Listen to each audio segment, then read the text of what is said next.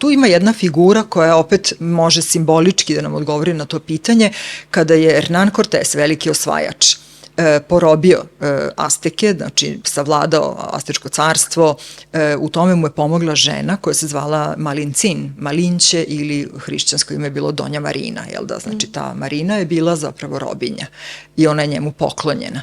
I ona je bila prvi prevodilac, ali je takođe bila majka prvog hispanoameričkog deteta. Naravno, Hernan Cortés, koji je tu ženu iskoristio i ostavio je takođe kopile. Dakle, to dete je bilo dete bez oca, a ona je prognana, smatrana je izdajicom svog naroda i simbolički latinoameričkog naroda, jer je majka prvog hispanoameričkog deteta, jel da?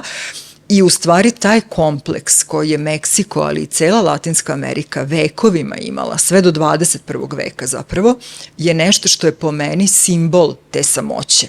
Dakle, jedno napušteno dete, jedna odbačena žena, jel da, jedan porobljen narod koji je nekako na jedvite jade uspeo da sačuva svoju kulturu, koje mnogo ima u ovoj knjizi i u svim knjigama velikih latinoameričkih pisaca.